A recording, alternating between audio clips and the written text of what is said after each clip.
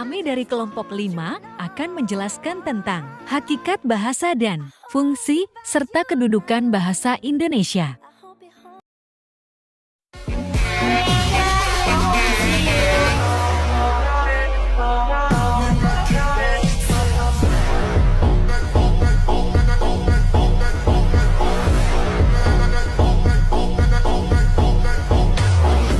Kala salah. Oke, lanjut.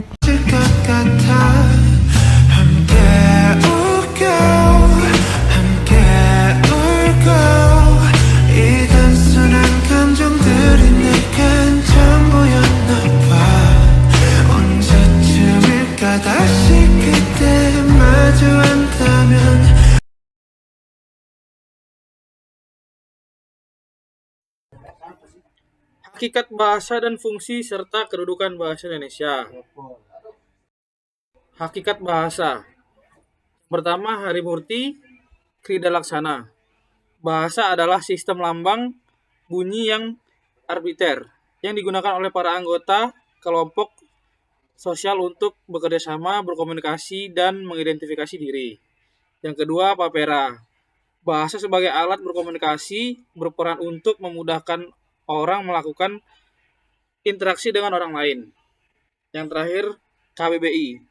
Bahasa berarti sistem lambang bunyi yang arbiter, yang digunakan oleh semua orang atau anggota masyarakat untuk bekerja sama, berinteraksi, dan mengidentifikasi diri.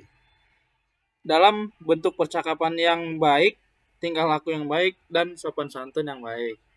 Ciri-ciri bahasa, yang pertama ada sistem, kedua lambang, ketiga bunyi, keempat bermakna, kelima arbiter, keenam konvensional, ketujuh produktif, ke-8 unik, ke-9 keuniversalan, ke-10 dinamis, ke-11 bervariasi, ke-12 manusiawi. Nah, selanjutnya dijelaskan apa sih itu sistem. Nah, bahasa itu adalah sebuah sistem. Bahasa pun memiliki sebuah sistem yang jelas. Tanpa sistem, bahasa komunikasi akan sulit untuk dipahami. Sistem bahasa yang tersusun dengan pola secara sistematis akan menghasilkan sebuah makna yang jelas. Nah, selanjutnya ada lambang. Bahasa itu adalah sebuah lambang. Bahasa memiliki lambang yang berwujud bunyi yang berasal dari kata atau gabungan kata. Selanjutnya ada bunyi. Bahasa itu adalah bunyi yang dihasilkan oleh alat ucap manusia.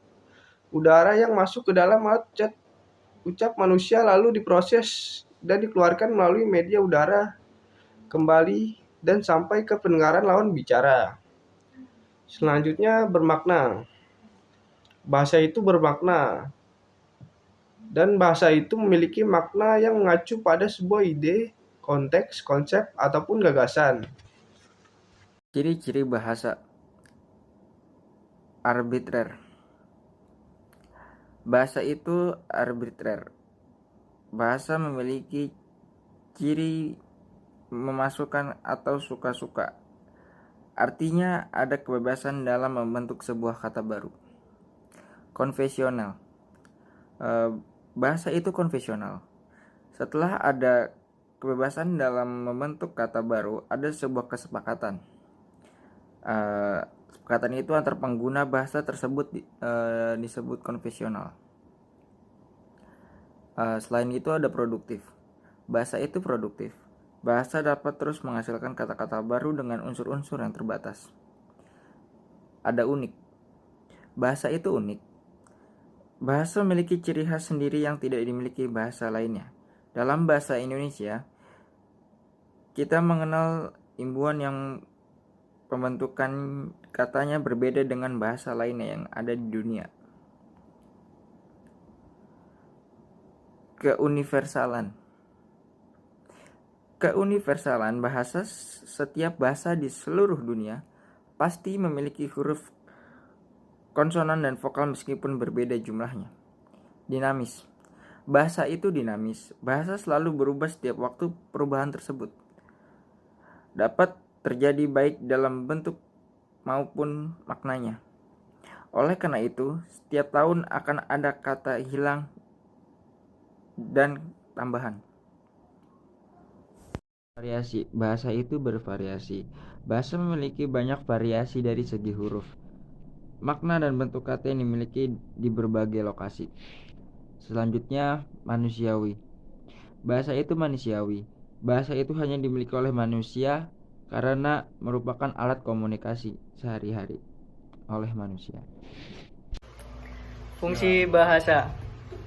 Bahasa itu untuk yang pertama komunikasi. Sebagai alat komunikasi manusia, bahasa jelas berfungsi untuk komunikasi dengan orang lain. Yang kedua, adaptasi. Bahasa berfungsi untuk beradaptasi dengan lingkungan atau situasi yang baru. Yang ketiga, kontrol sosial. Bahasa berfungsi untuk mengontrol diri kita dalam berhubungan sosial, baik secara langsung maupun tidak langsung. Yang keempat, memahami diri. Bahasa berfungsi untuk memahami siapa diri kita yang sesungguhnya. Yang kelima, ekspresi. Bahasa berfungsi untuk memahami siapa diri kita yang sesungguhnya. Yang keenam, memahami orang lain. Semakin sering berkomunikasi dengan orang lain, kita akan lebih mudah memahaminya. Yang ketujuh, mengamati lingkungan sekitar. Bahasa berfungsi untuk mengidentifikasi karakteristik lingkungan sekitar kita. Yang ke-8, berpikir logis. Bahasa berfungsi untuk membentuk pikiran kita secara logis jika terbiasa dalam memecahkan suatu masalah. Yang ke-9, membangun kecerdasan. Bahasa berfungsi untuk meningkatkan kecerdasan kita jika sering membaca dan menyimak informasi yang terbaru. Bahasa itu untuk membangun karakter. Bahasa adalah cerminan dari diri seorang sehingga kita dapat membangun karakter diri kita. Menciptakan kreativitas. Bahasa berfungsi untuk mengeluarkan ide-ide kreatif dari dalam pikiran kita sebagai media penyampaian yang baik secara lisan maupun tulis. Membangun profesi. Bahasa sebagai media penyampaian ide, gagasan, dan pemikiran kita dapat membantu kita untuk membangun profesi yang lebih. Kedudukan dan fungsi bahasa Indonesia. Kedudukan bahasa Indonesia yang pertama sebagai bahasa nasional. Kedudukan bahasa Indonesia sebagai bahasa nasional diperoleh sejak awal kelahirannya, yaitu tanggal 28 Oktober 1928 dalam Sumpah Pemuda. Bahasa Indonesia dalam kedudukannya sebagai bahasa nasional sekaligus merupakan bahasa persatuan. Adapun dalam kedudukan sebagai bahasa nasional, bahasa Indonesia mempunyai fungsi sebagai berikut. Yang pertama, lambang jati diri atau identitas. Yang kedua, lambang kebanggaan bangsa. Yang ketiga, alat pemersatu berbagai masyarakat yang mempunyai latar belakang etnis dan sosial budaya serta bahasa daerah yang berbeda. Yang keempat, alat penghubung antar budaya dan antar daerah. Kedudukan bahasa Indonesia yang kedua adalah sebagai bahasa resmi atau negara. Kedudukan ini mempunyai dasar yuridis konstitusional, yakni bab 15 pasal 36 Undang-Undang Dasar 1945. Dalam kedudukannya sebagai bahasa resmi atau negara, bahasa Indonesia berfungsi sebagai berikut. Yang pertama, bahasa resmi negara. Yang kedua, bahasa pengantar resmi di lembaga-lembaga pendidikan. Yang ketiga, bahasa resmi dalam perhubungan tingkat nasional untuk kepentingan perencanaan dan pelaksanaan pembangunan serta pemerintahan. Yang keempat, bahasa resmi dalam pengembangan kebudayaan dan pemanfaatan ilmu dan teknologi. Fungsi bahasa Indonesia. Bahasa Indonesia sebagai identitas nasional. Bahasa Indonesia kita junjung di samping bendera dan lambang negara kita. Di dalam melaksanakan fungsi ini, bahasa Indonesia tentulah harus memiliki identitasnya sendiri pula sehingga serasi dengan lambang negara yang lain. Bahasa Indonesia sebagai kebanggaan bangsa. Bahasa Indonesia kita junjung di samping bendera dan lambang negara kita. Di dalam melaksanakan fungsi ini, bahasa Indonesia tentulah harus memiliki identitasnya sendiri pula sehingga serasi dengan lambang negara yang lain.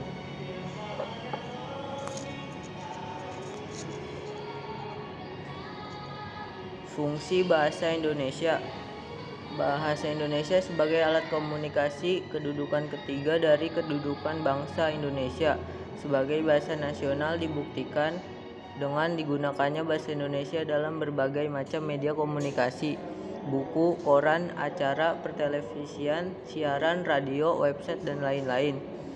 Bahasa Indonesia sebagai alat pemersatu bangsa yang berbeda suku, agama, ras, adat, istiadat, dan budaya, agar semua bangsa Indonesia memiliki bahasa pemersatu dalam berkomunikasi walaupun berbeda-beda asal suku, rasa, dan adat.